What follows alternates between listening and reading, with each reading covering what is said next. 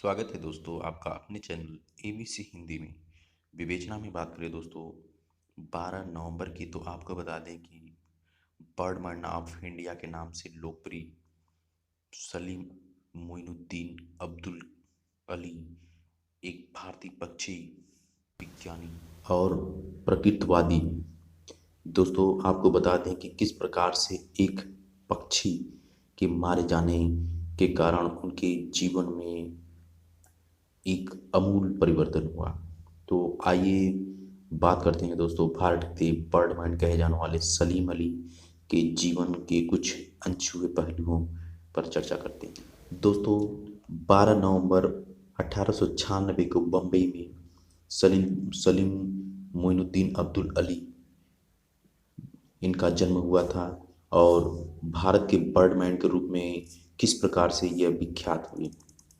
बात करें सलीम अली भारत के ऐसे पहले व्यक्ति थे जिन्होंने भारत भर में व्यवस्थित रूप से पक्षी सर्वेक्षण का आयोजन किया और पक्षियों पर लिखी उनकी किताब ने भारत में पक्षी विज्ञान के विकास में काफ़ी मदद और सहायक सिद्ध हुई। दोस्तों सलीम अली इनका जन्म बॉम्बे के एक सुलेमानी बोहरा परिवार में हुआ था। बोहरा एक मुस्लिम समुदाय के अंतर्गत आता है। वहीं वे अपने परिवार में दोस्तों बात करें तो सबसे छोटे और नौवें बच्चे थे।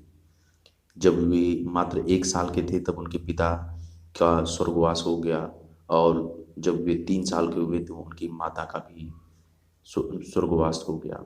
वहीं बच्चों का दोस्तों बचपन इनके मामा के यहाँ इनका बचपन बीता और वहीं देख रेख में वह मुंबई की खेतबाड़ी इलाके के एक मध्यम वर्ग परिवार में दोस्तों इनके चाचा जो प्रसिद्ध भारतीय स्वतंत्रता सेनानी थे, बॉम्बे नेचुरल हिस्ट्री सोसाइटी के सचिव WS मिलॉर्ड की देखरेख में सलीम ने दोस्तों पक्षी पर गंभीर अध्ययन करना शुरू किया।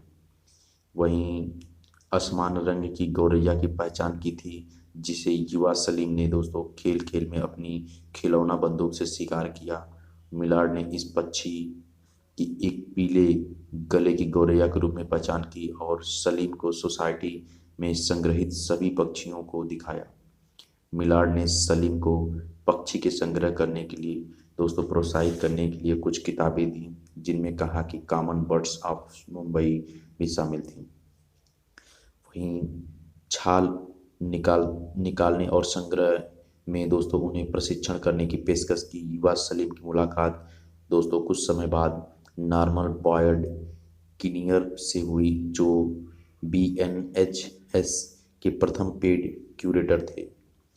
वहीं बाद में ब्रिटिश संग्रहालय से मदद मिली और उनकी आत्मकथा द फॉल ऑफ स्पैरो में सलीम अली के पीले गर्दन वाली गौरैया का भी दोस्तों इस घटना को अपने जीवन के परिवर्तन क्षण माना, क्योंकि उन्हें पक्षी विज्ञान की ओर अग्रसर होने की प्रेरणा वहीं से दोस्तों इनको मिली। सलीम अली के कई विचार अपने समय मुख्य धारा के विचारों से विपरीत थे।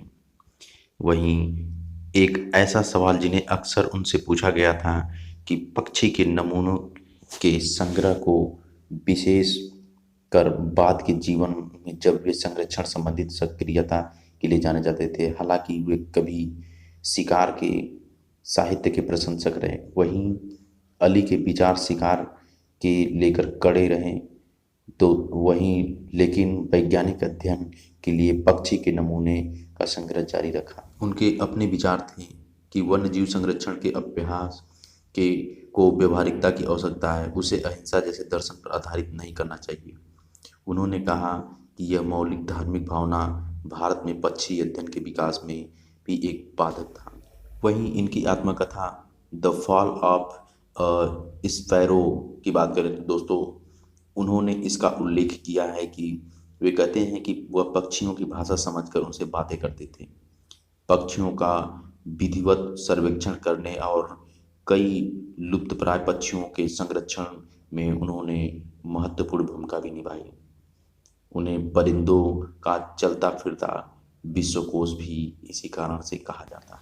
वहीं दोस्तों आपको बता दें कि इनके प्रकृतिवादी प्रेम के कारण 1976 में भारत के दूसरे सर्वोच्च नागरिक पुरस्कार पद्म विभूषण से दोस्तों इनको नवाजा गया।